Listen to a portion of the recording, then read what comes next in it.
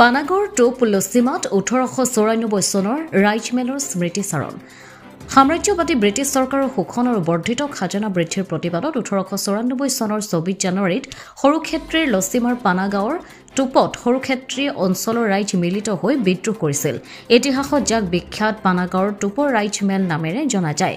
প্ৰতি বছৰে নিৰ্যাতিত কৃষক ৰাইজৰ সোঁৱৰণ কৰি লছিমাৰ পানাগাঁৱৰ টোপথান পৰিচালনা সমিতি আৰু লছিমা গাঁৱৰ উন্নতি সাধিনী সভাই গাঁওখনৰ টোপ লছিমাত ঐতিহাসিক 1894 চনৰ এই পানাগাঁৱৰ টোপৰ ৰাইজমেল দিনজোৰা কাৰ্যসূচীৰে স্মৃতিচাৰণ সভা অনুষ্ঠিত কৰি নিৰ্যাতিত কৃষক ৰাইজক সোঁৱৰণ কৰে। অনুষ্ঠানৰ পুৱা 8 বজাত পতাকা উত্তোলন কৰে লছিমা গাঁও উন্নতি সাধিনী সভাৰ সভাপতি ভগৱান বৰ্মনে। ইয়াৰ পিছতে বন্তি প্ৰজ্বলন আৰু স্মৃতি তৰ্পণ কৰে। সমাজকৰ্মী আদিত্য লহ কৰে। অনুষ্ঠানত কেইবাগৰাকী বিশিষ্ট ব্যক্তি উপস্থিত থাকে আৰু স্মৃতি তৰ্পণ কৰে। ভাগৱত পাঠ কৰে সমাজকৰ্মী অধিবক্তা অভয় বৰ্মনে। ইয়াৰ পিছতে সৰুক্ষেত্ৰীৰ মৌজা ভিত্তিক মহিলাৰ নাম অনুষ্ঠিত হয়।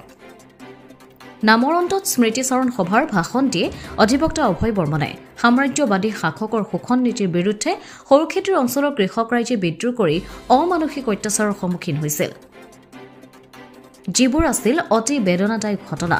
সাম্ৰাজ্যবাদী শাসকৰ শোষণ নীতিৰ প্ৰতিবাদ কৰা পাকা সৰুক্ষেত্ৰী মৌজাৰ ৰাইজ আজিও অৱহেলিত হৈ আহিছে। ৰাইজমেল পাতি ব্ৰিটিছ চৰকাৰৰ শোষণ নীতিৰ বিৰুদ্ধে প্ৰতিবাদ কৰাত অকথ্য নিৰ্যাতন ভোগ কৰিছিল অঞ্চলটোৰ কৃষক, বনুৱা, শ্ৰমজীৱী, কহাৰসকলে। সাম্ৰাজ্যবাদী শাসকসকলে অঞ্চলটোত পুলিচ মিলিটাৰী মেলি দিছিল। ভয়ত মানুহে অৰ্ধহাৰে অনাহাৰে হাবিত দিন পাৰ কৰিবলগীয়া হৈছিল।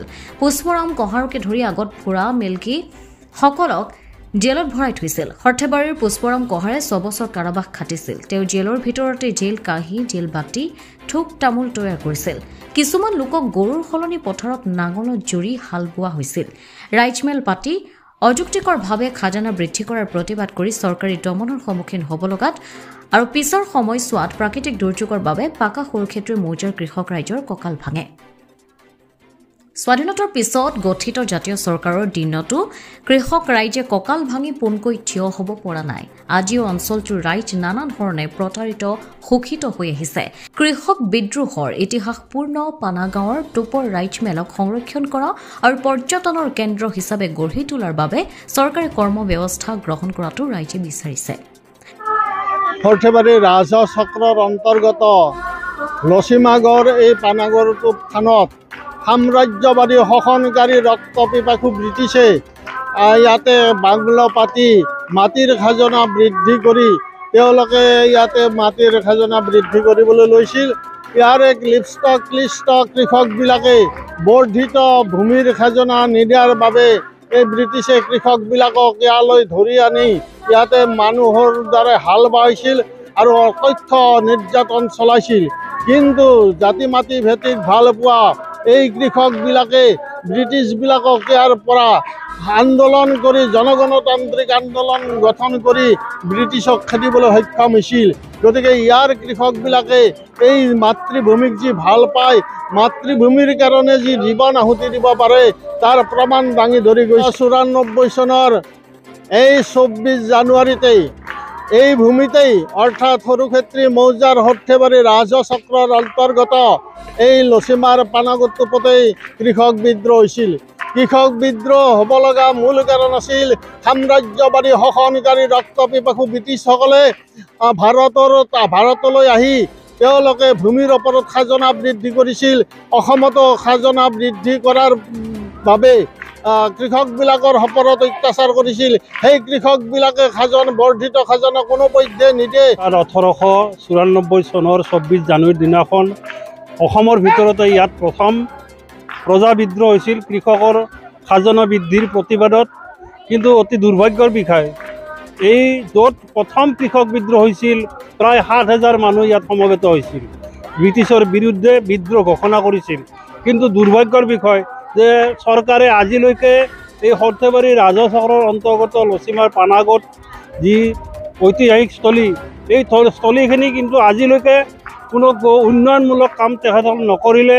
1994 চনতে আমাৰ অসমৰ ভিত্তিত ইয়াত ৰাইজমেল হৈছে এই পানাগড় টোপতে, আৰু সেই তেতিয়াৰ পৰাই পানাগড় তলত আমাৰ ৰাইজ সমবেত হয়, নাম প্ৰসংগ কৰে আৰু গোটেই দিনজোৰা কাৰ্যসূচীৰে নামৰ প্ৰতিযোগিতা পাতে আৰু গোটেই ৰাইজ আমাৰ এই ৰাইজস্থলীত উপস্থিত হৈ সকলোৱে চাকি বন্তি জ্বলায় ভগৱানৰ ওচৰত প্ৰাৰ্থনা কৰে যে আমাৰ সেই সময়ত যেতিয়া তাৰমানে আন্দোলন হৈছিল আমাৰ বহুত কৃষক তাৰমানে ইয়াত মৃত্যুবৰণ কৰিছিল কিছুমানে কাৰাবাস খাটিছিল আৰু সৰ্থেবাৰীত জন্মগ্ৰহণ কৰা পুষ্প আহাৰেও তাৰমানে জেল খাটিছিল অৱশ্যে এইটো এটা আমাৰ সুনাম আছে যে তেওঁ আমাৰ ৰাইজৰ হৈ জেল খাটিব পাই কাৰাগাৰত থাকোঁতেই তাৰমানে কাহৰ তেখেত তাৰমানে কহাৰ আছে আৰু সেইকাৰণে তাৰ মাজতো থাকিও তেখেতে তাৰমানে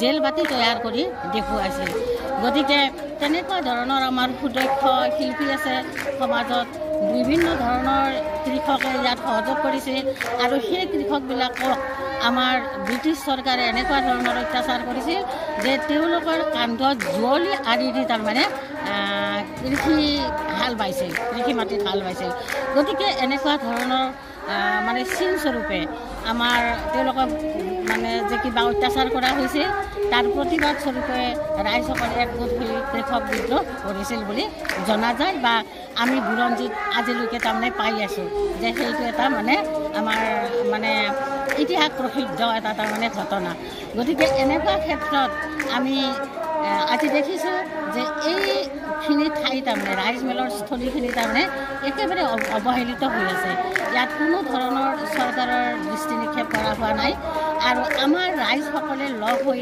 বা পঞ্চায়তৰ জৰিয়তে ইয়াৰ ঠাইখিনিৰ চাৰিওবেৰৰ মাজত ৱালৰ ব্যৱস্থা কৰি দিছে আৰু আশা কৰা হৈছে যে ইয়াত বাহিৰৰ যিবোৰ মানুহ আহে তেওঁলোকে যাতে ইয়াত জিৰণি লোৱাৰ কাৰণে এটা সাধাৰণভাৱেও তাৰমানে আলহী ঘৰৰ মানে ব্যৱস্থা কৰি দিয়ে আৰু পৰ্যটকসকলে যাতে ইয়াত মানে চাই মিলি অলপ মানে এটা সন্তোষ লাভ কৰিব পাৰে বা আনন্দ উপভোগ কৰিব পাৰে বা সৌন্দৰ্যখিনি ইয়াৰ উপভোগ কৰিব পাৰে তাৰ কাৰণেও যদি চৰকাৰে কিবা এটা ব্যৱস্থা কৰি দিয়ে তেতিয়াহ'লে আমাৰ ৰাইজ আমি উপকৃত হোৱা বুলি ভাবিম আৰু তাৰ কাৰণে মই চৰকাৰক টানি অনুৰোধ কৰিছোঁ এইখিনি কৰি মই মোৰ বক্তব্য সামৰণি মাৰিলোঁ সৰ্থেবাৰীৰ পৰা নৱজিৎ নাথৰ ৰিপৰ্ট অমৃত নিউজ 24/7 অমৃত প্ৰবাহ অসমীয়া সাপ্তাহিক কাকতৰ ডিজিটেল সংস্কৰণ অমৃত নিউজ সত্যৰ সন্ধানত অমৃত নিউজ